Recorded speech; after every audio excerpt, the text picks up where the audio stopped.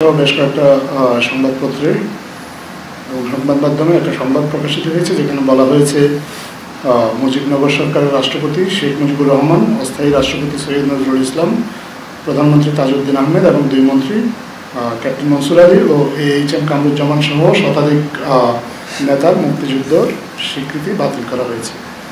এই খবরটি সম্পূর্ণ মিথ্যা, ভুয়া, ভিত্তিহীন এবং বিভ্রান্তিকর। আমরা ইতিমধ্যেই গতকাল যে প্রজ্ঞাপনটা সরকার থেকে ইস্যু করা হয়েছে সেটা আপনাদের সাথে শেয়ার করেছি। আপনারা এটা যদি একটু মনোযোগ দিয়ে পড়েন তাহলে আপনারা নিজেরাই বুঝতে পারবেন যে এই খবরটা ভিত্তিহীন।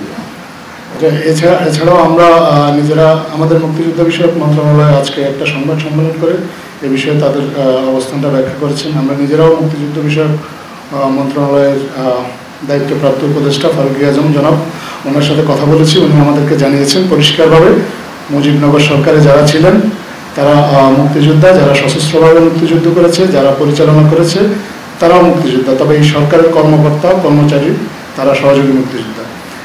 তিনি জানান জাতীয় মুক্তিযোদ্ধা কাউন্সিল অধ্যাদেশ অনুযায়ী স্বাধীন বাংলা বেতার কেন্দ্র সহ কূটনীতিকরা সহযোগী মুক্তিযোদ্ধা।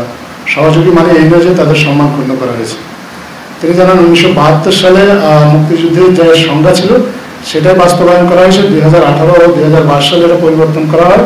মুক্তিযোদ্ধা ও মুক্তিযুদ্ধের সহযোগী দুইয়ের সম্মান, মর্যাদা এবং সুযোগ সুবিধা একই থাকবে।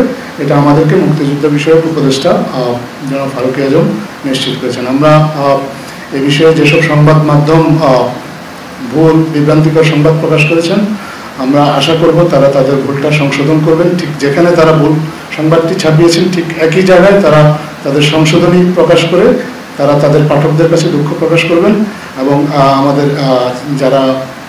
আমাদের বাংলাদেশের মানুষ যাদেরকে তারা বিভ্রান্ত করেছেন এই ভুল সংবাদ দিয়ে তাদের কাছে দুঃখ প্রকাশ করবেন।